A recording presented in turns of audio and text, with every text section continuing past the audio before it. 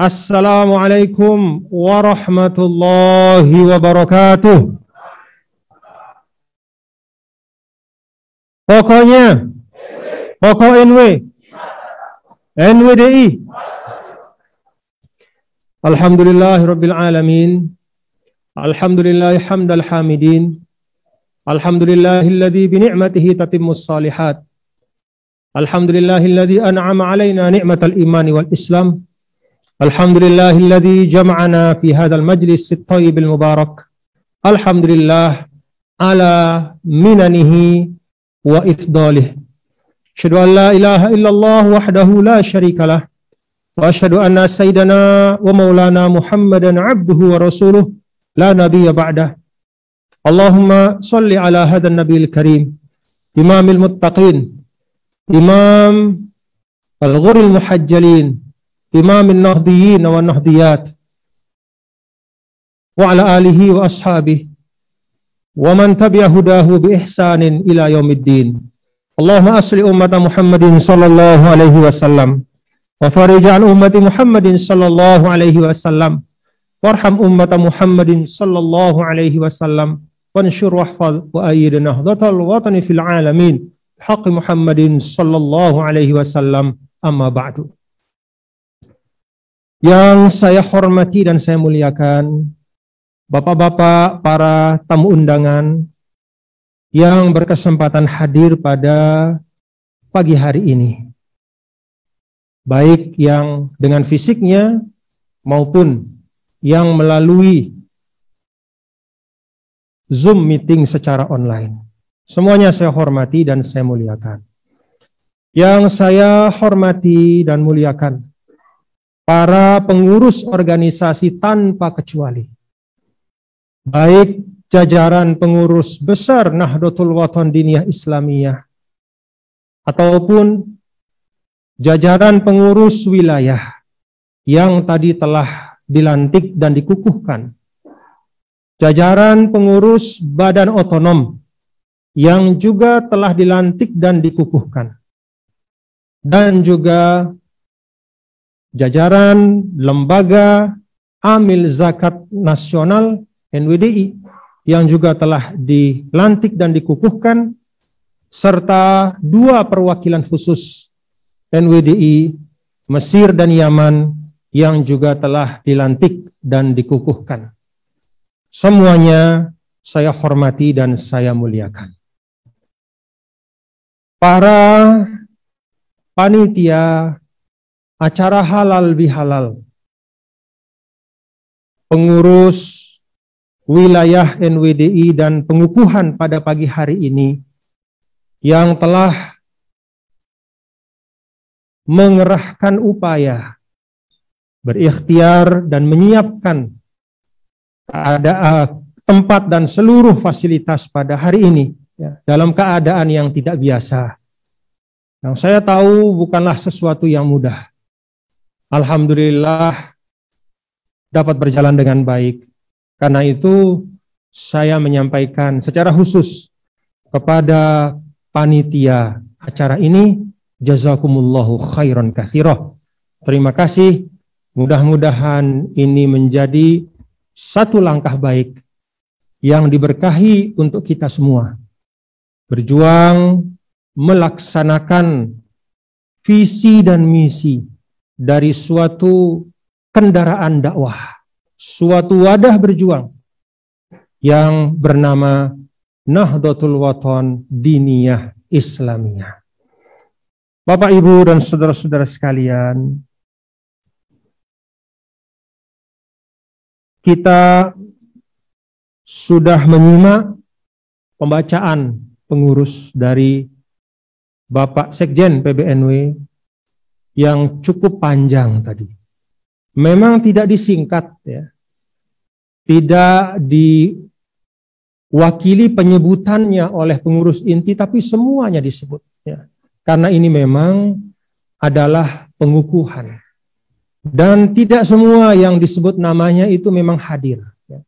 Sehingga untuk kejelasan bagi kita semua, dibaca seluruh struktur yang ada. Alhamdulillah, tidak berlebihan Bapak-bapak dan saudara-saudara sekalian, yang menambah kesyukuran kita pada pagi hari ini adalah bahwa demikian banyak saudara-saudari, demikian banyak kaum muslimin dan muslimat, baik di dalam NTB maupun di luar, bahkan di luar negeri, yang bersedia, insya Allah semuanya dengan ikhlas, untuk bergabung, berjuang bersama di dalam organisasi NWDI ini. Alhamdulillah. Yang diumumkan tadi adalah yang sudah di-SK-kan. Dan dalam perjalanan cukup banyak pengurus wilayah yang tengah berproses untuk membentuk struktur kepengurusan di daerah masing-masing, bahkan di luar negeri, yang mudah-mudahan dalam waktu yang tidak terlalu lama juga dapat kita kukuhkan bersama dan bergabung bersama-sama berikhtiar di dalam organisasi Nahdlatul Wathon Diniyah Islamiyah kita. Alhamdulillah, ini adalah suatu mubasyir, ya, suatu yang menggembirakan. Dan memang hari-hari ini Bapak-bapak dan saudara, kita perlu untuk membangun optimisme di dalam semua hal, termasuk diantaranya dan yang paling utama dalam konteks kita berorganisasi adalah optimisme di dalam berjuang membangun NWDI yang kita cintai. Kenapa kita perlu optimis? Pertama tentu karena itulah yang diajarkan oleh Allah dan Rasul-Nya. Tidak ada pesimisme di dalam Al-Quran dan hadis terkait dengan orang-orang yang beriman. Karena iman itu sendiri adalah sumber optimisme yang tidak putus dalam kehidupan kita. Yang kedua, karena guru kita yang meletakkan fundamen dasar-dasar perjuangan Nahdlatul Wathon yang sekarang dibawa atau ditunaikan, ya, oleh dua organisasi, yaitu Nahdlatul Wathon dan Nahdlatul Wathon Diniyah Islamiyah. Peletak fundamen itu adalah pahlawan nasional yang kita banggakan. Kita doakan dan kita berdoa semoga kita bersama dengan beliau kelak. Al-Maghfurlah guru kita Maulana Syekh Nini Datuan Guru Ki Haji Muhammad Zainuddin Abdul Majid. Beliau sepanjang hidupnya itu selalu meniupkan optimisme kepada umat. Di dalam semua syair-syair perjuangan itu ada semangat, ada harapan. Di dalam nasyid-nasyid beliau, bahkan dalam solawat-solawat yang beliau susun, termasuk di dalam Salatun Nahdlatain, kalau kita baca, kita renungkan, di situ ada optimisme, ada semangat, ada kebersamaan. Karena itu sebagai murid-murid beliau, sungguh suatu yang pantas bahkan wajib untuk kita mewarisi optimisme itu. Yang ketiga, Bapak-bapak dan saudara-saudara sekalian, kita optimis karena organisasi NWDI ini juga lahir di ujung dari suatu proses yang sangat panjang yang menyedot energi kita lahir batin, yang bahkan menyebabkan sebagian dari kita mundur dari perjuangan, atau paling tidak mau tahu lagi dengan organisasi. Bukan karena tidak meyakini nilai-nilai Al-Maghfurlah atau nilai-nilai perjuangan Nahdlatul Wathon, tapi karena merasa bahwa masalah yang ada itu sudah demikian berat, sehingga tidak jelas lagi ujung pangkalnya. Lebih rumit dari benang kusut. Tidak tergambar. Seperti apa solusinya? yang bisa menghadirkan ketenangan, yang bisa membangun semangat kembali. Tapi alhamdulillah, nah disinilah kita meyakini Bapak-bapak dan Ibu ya, semua bahwa mudah-mudahan ini juga adalah doa dari semua nahdi-nahdi. Sehingga keseluruhan situasi yang panjang sekian lama dengan kerumitan yang semakin lama semakin rumit, itu akhirnya Allah Ta'ala mudahkan untuk kemudian mencapai suatu kesepakatan. Yang bagian dari kesepakatan itu adalah lahirnya secara administratif kenegaraan, pemerintahan, suatu wadah perjuangan yang namanya Nahdlatul Wathon Diniyah Islamiyah. Saya katakan secara administratif karena sesungguhnya madrasah pertama itu juga namanya NWDI. Dan dari situlah bermula. Maka kita di ujung memulai dari awal. Untuk menunjukkan bahwa perjuangan itu adalah satu siklus, suatu lingkaran yang memang tidak ada henti-hentinya. Untuk terus kita bergerak. Alhamdulillah. NWDI ini lahir ya sebagai suatu katakanlah rahmat Allah ya. Dan rahmat Allah itu adalah harapan baik. Maka pantaslah kita yang berada di dalamnya untuk selalu memelihara harapan baik itu. Oleh karena itu, Bapak-bapak dan saudara sekalian, saya berharap kepada kita semua. Mari, saya tadi mencoba menghitung jumlah pengurus ya, tapi kuatnya sampai di tengah saja. Karena banyak sekali ternyata ya. Saya sampai 370 yang saya hitung. Habis itu saya lepas hitungan, saya lupa mana halamannya gitu ya. Nah, ratusan yang disebut ya. Ini semua saudara-saudaraku dalam perjuangan ya. Yang hadir di sini maupun yang dari rumah atau di tempat-tempat bahkan dari luar NTB, bahkan dari luar negeri. Mari kita bersama untuk berjuang ya. Bersama-sama berjuang. Saya ingin sampaikan bahwa Al-Maghfurlah Maulana Syekh mengajarkan kepada kita, organisasi itu adalah suatu ijtihad yang lahir karena tuntutan zaman. Tuntunan dan tuntutan zaman. Kalau dulu ya, kita lihat dalam sejarah Islam misalnya, di banyak wilayah-wilayah di mana umat Islam berjuang membangun peradaban. Yang ada itu biasanya adalah hanya negara. Atau kalaupun ada selain negara itu biasanya institusi pendidikan. Sedangkan organisasi kemasyarakatan, Recording in progress. Dalam perjalanan sejarah Islam itu tidak ada di masa-masa awal bahkan pertengahan. Bahkan sampai masa modern pun di beberapa negara-negara yang mayoritas muslim itu ormas Islam tidak ada. Ataupun kalau ada jumlahnya hanya sedikit sekali. Contohnya di Mesir yang saya tahu persis. Itu ormas Islam hampir tidak ada. Padahal jumlah umat Islam juga puluhan juta, bahkan sekarang sudah lebih 100 juta. Nah, di Indonesia rupanya ya, perjuangan itu membutuhkan pendekatan-pendekatan yang khusus. Karakteristik kita di Indonesia ini ada ikatan-ikatan primordial.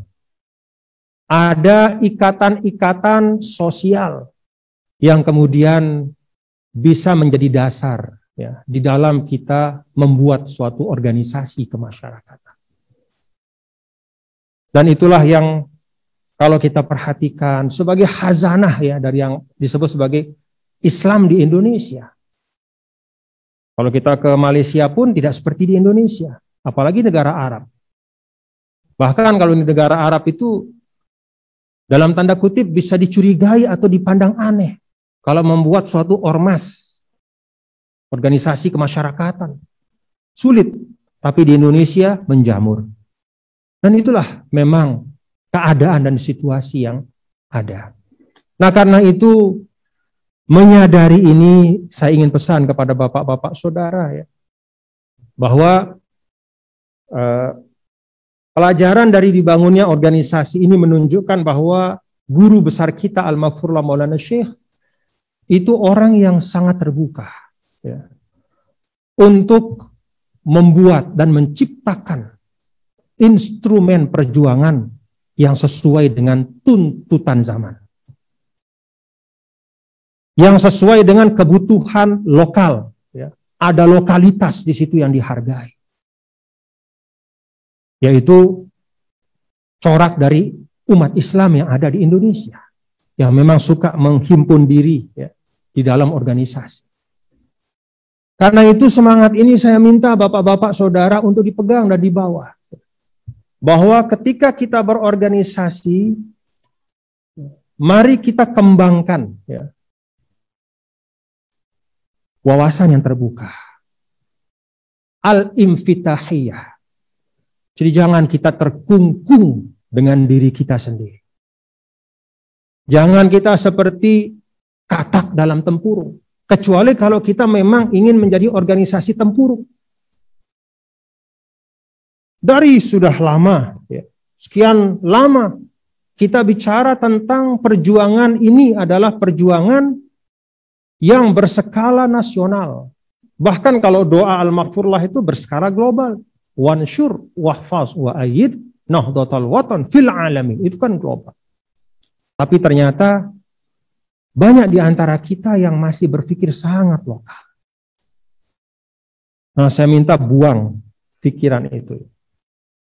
Berpikir secara lokal dalam konteks hajat umat di sini itu wajib.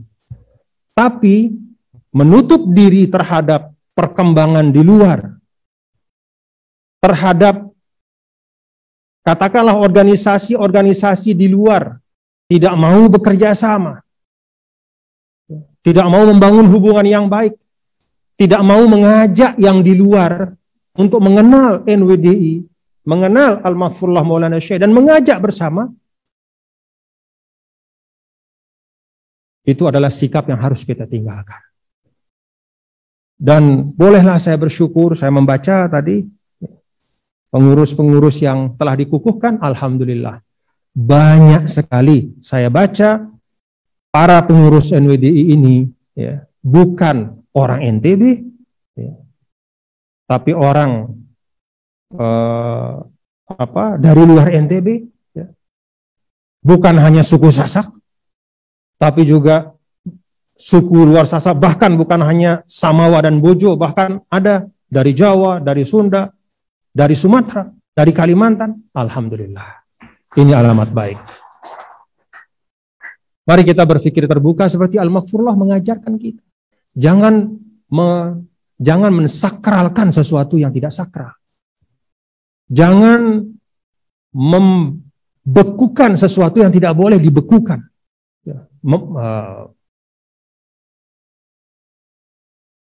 Membakukan atau membekukan.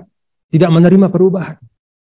Saya mengajak bapak-bapak saudara, mari sesuai dengan harapan Al-Maghfurullah Maulana Syekh, sebanyak-banyaknya kita ajak. Ya.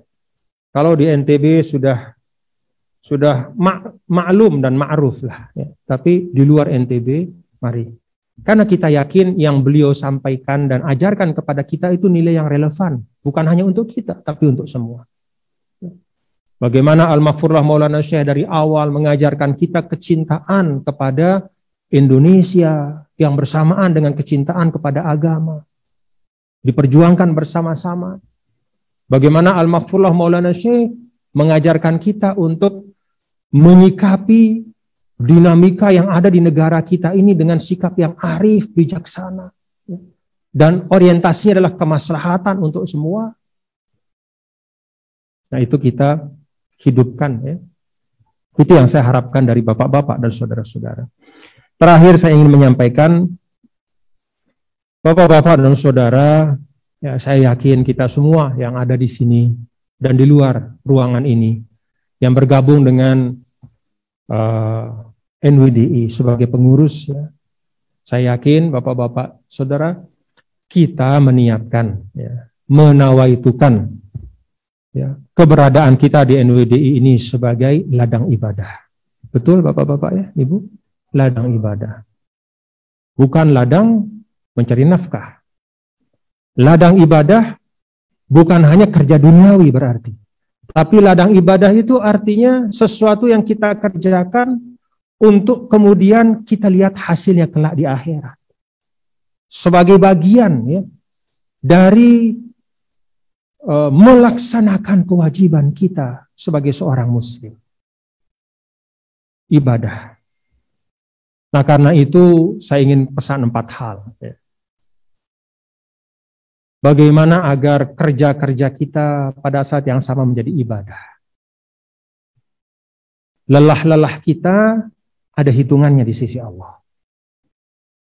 Pertama, pasang niat yang baik. Niat yang baik itu pokok. An-niyatu nisful amal. Niat itu setengah dari pekerjaan. Bahkan niat itu tidak hanya menentukan kualitas dari amal kita.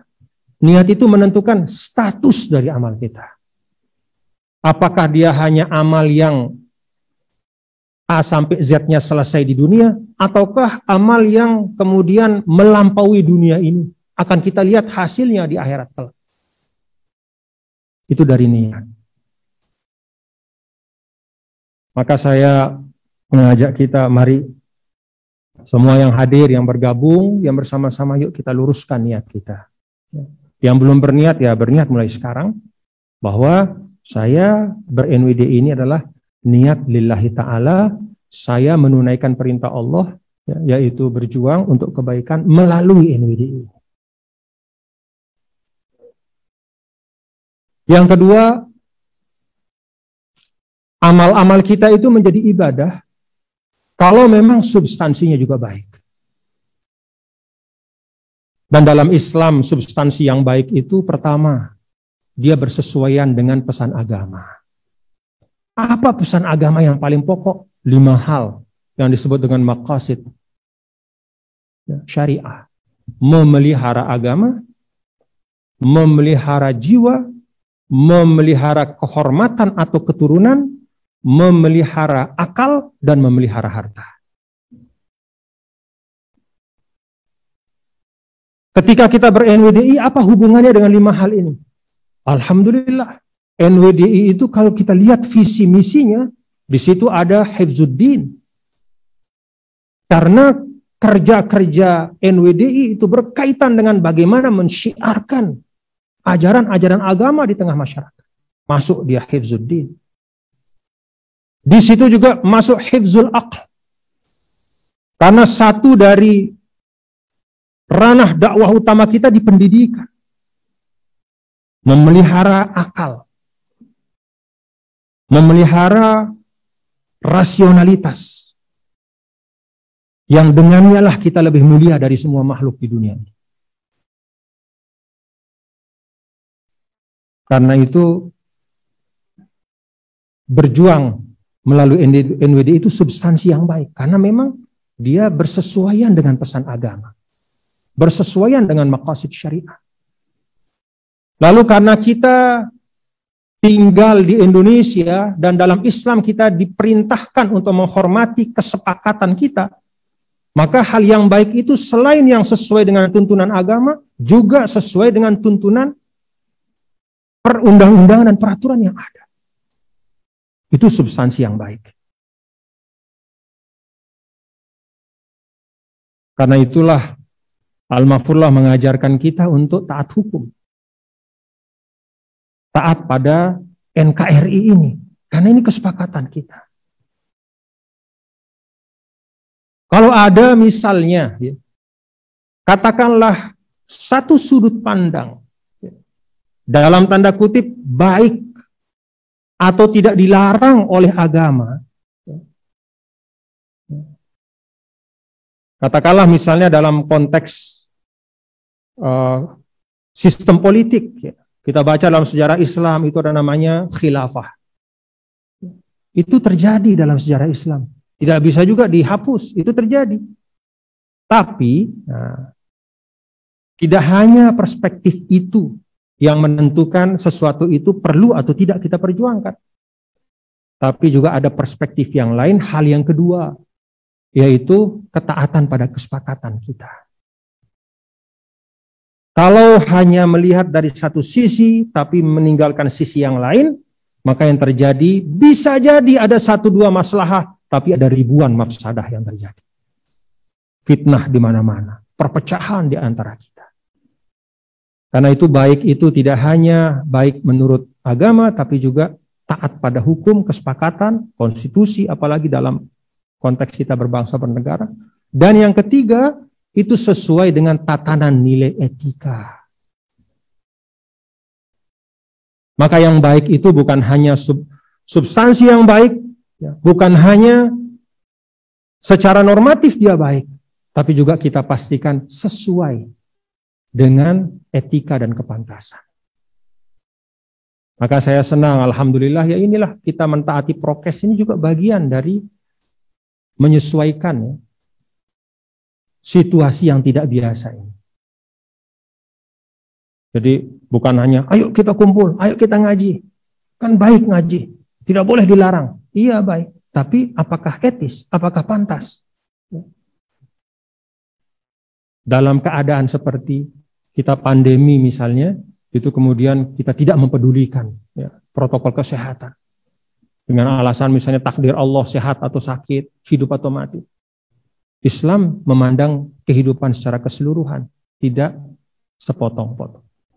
Itu yang kedua, substansinya harus baik. Secara agama, secara hukum, kesepakatan, dan juga secara etika.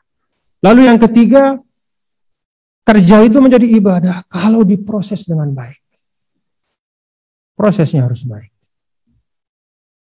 Maka bapak-bapak, ibu, saudara-saudaraku ya, kalau kita lihat dalam Al-Quran, فَإِنَّ اللَّهَ تَعَالَى لَا يَقْبَلُ أَيَّ عَمَلٍ مِنَ الْأَعْمَالِ وَإِنَّمَا قَبِلَ أَحْسَنَهُ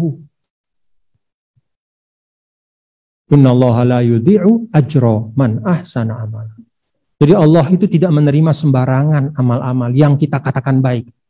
Allah hanya menerima yang terbaik. Dan salah satu yang menjadikan sesuatu itu terbaik adalah ketika diproses dengan baik. Bagian dari proses itu bapak-bapak saudara adalah manajemen.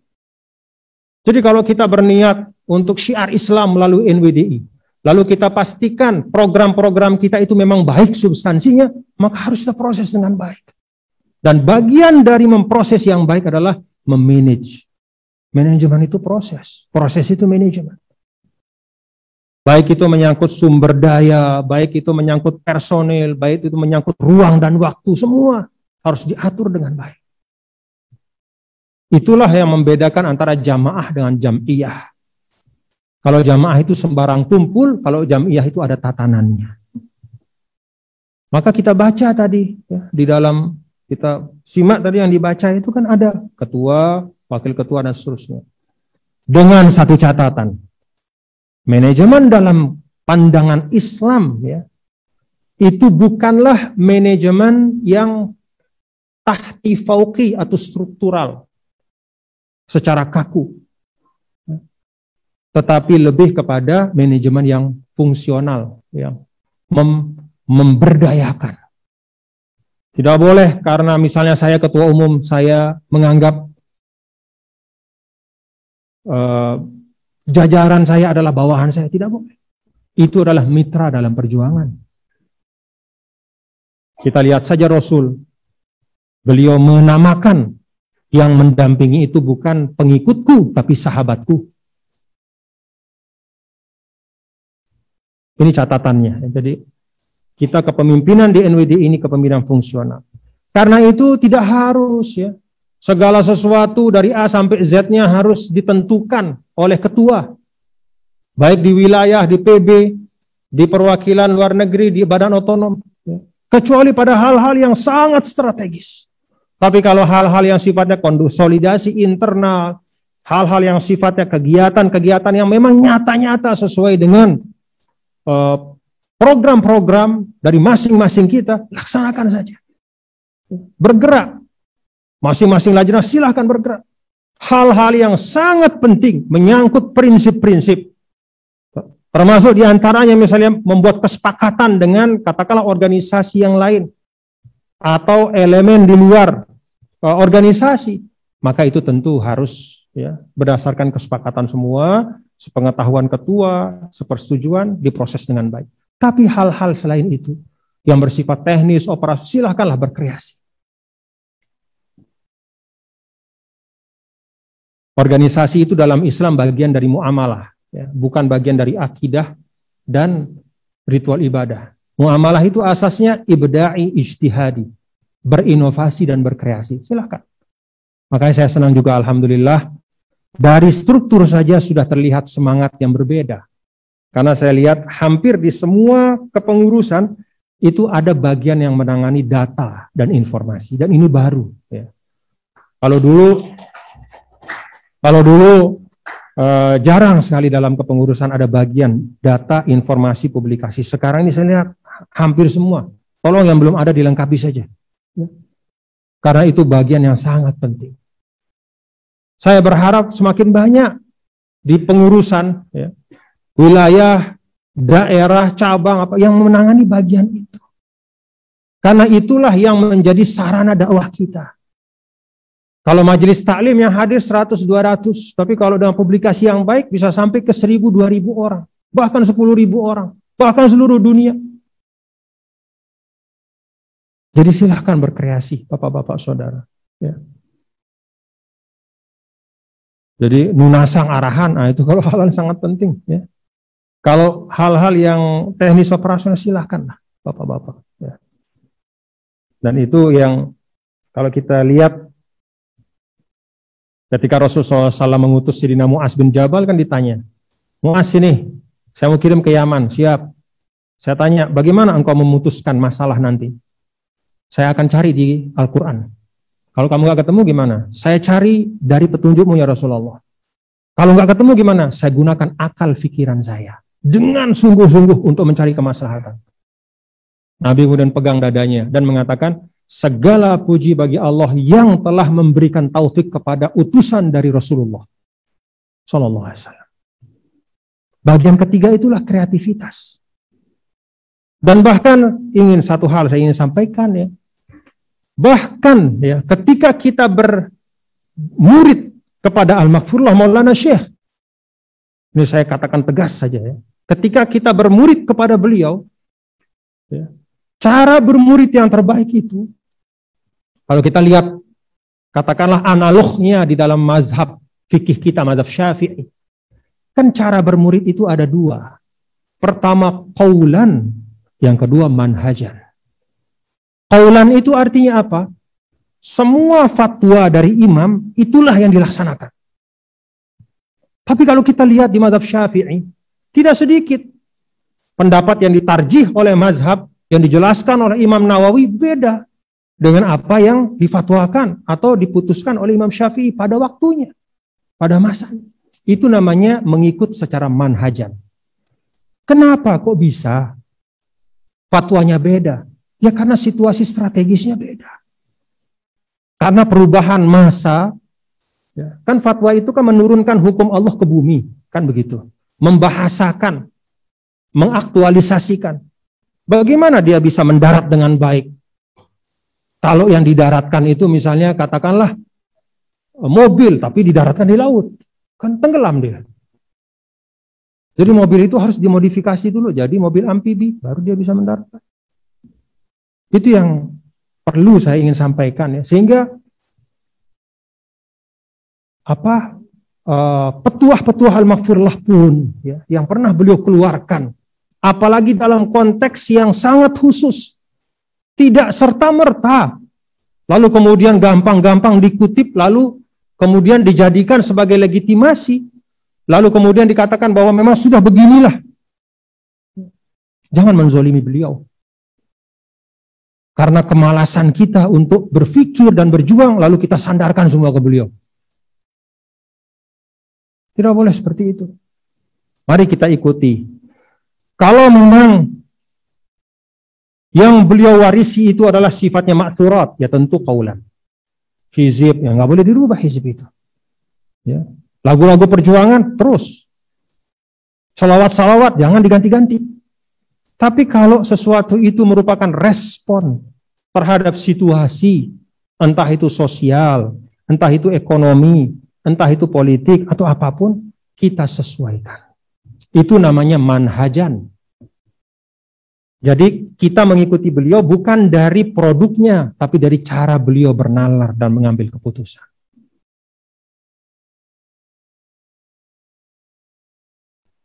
Contoh sederhana ya. Banyak sih contoh yang lain, tapi kan ada orang juga bertanya, kok dulu Al-Maghfurullah Maulana Syekh ya, ini sekedar ilustrasi saja, kok waktu hidup beliau tidak berada pada satu tempat untuk aspirasi politiknya misalnya. Nah, cara beliau ya, mengambil keputusan, manhaj beliau, itu lalu pada masa beliau sendiri itu menghasilkan keputusan yang beda, pada waktu yang beda. Pada tahun sekian, manhajnya beliau itu yang sama, manhajnya sama, yaitu riayatul maslahah, ya, darul mafsadah, bagaimana menghindarkan kemudaratan dan menghasilkan kemaslahatan ya, yang paling bagus untuk semua. Termasuk di dalamnya menjaga organisasi, membuka ruang dakwah, memfasilitasi umat, dan seterusnya. Itu pada tahun sekian hasilnya beda. Lalu tahun sekian hasilnya beda. Manhajnya sama. Ya itulah perubahan situasi. Maka kalau sekarang ya, atau di era kita, kemudian juga dengan manhaj yang sama, ya lalu kemudian sampai pada satu ijtihad yang beda ya dengan beliau misalnya untuk urusan itu, yaitu ruang yang dimungkinkan. Jadi kita mengikuti beliau manhajan, ya, menyempurnakan qaulan. Nah, ini penting ya secara organisasi juga untuk kita pahami ya, karena mohon maaf ya saya melihat bahwa kadang-kadang sebagian kita itu entah karena like dislike itu kemudian mencoba untuk mengambil bagian-bagian dari ungkapan beliau untuk mendukung apa yang ada di pikiran kita. Ya, jadi apa yang dia mau itu dia carikan pembenarannya. Bukan begitu kita mengikuti beliau. Ya. Jadi mari kita baca secara utuh perjuangan beliau ya, dan manhaj ya, atau metode beliau dalam berpikir, merumuskan, mengkonsep, melaksanakan, mengeksekusi, itu yang kita coba pelajari. Saya yakin itu masih relevan dan itu bagian dari kita memproses dengan proses yang baik. Terakhir, kerja-kerja kita menjadi ibadah adalah apabila kita laksanakan dengan penuh kefahaman dan kemengertian. Kita kanggo milu-miluan. Jadi ber-NWD ini dengan kefahaman. Kita faham apa visi misinya. Kita bergerak dengan kesadaran, bukan ikut-ikutan. Dalam fikih itu Tuan Guru Salim ya, ada beda antara taklid dengan ittiba. Kita ini ittiba. Ittiba itu mengikut dengan kesadaran kemengertian. Bukan taklid, mengikut membabi buta. Saya pernah menyampaikan kesadaran dan kemengertian, ilmu, kefahaman, itu bisa merubah sesuatu. Itu menentukan. Nah, saya contohkan seperti hewan pemburu itu ya. Ya memang anjing yang dilatih untuk menjadi pemburu, ketika dia menggigit hewan buruan, yang digigit itu mati, itu halal dimakan. Anjing, sembarang anjing, menggigit, katakanlah kelinci di hutan, mati, bangke. Apa yang membedakan? Kan gigitannya sama, giginya sama istilahnya. Sama-sama anjing.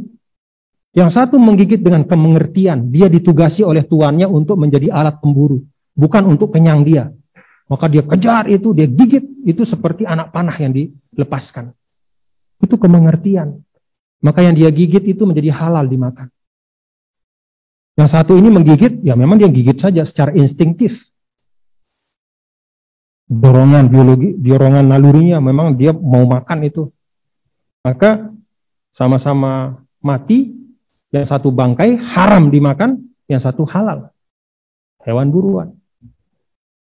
Itu kemengertian, kefahaman.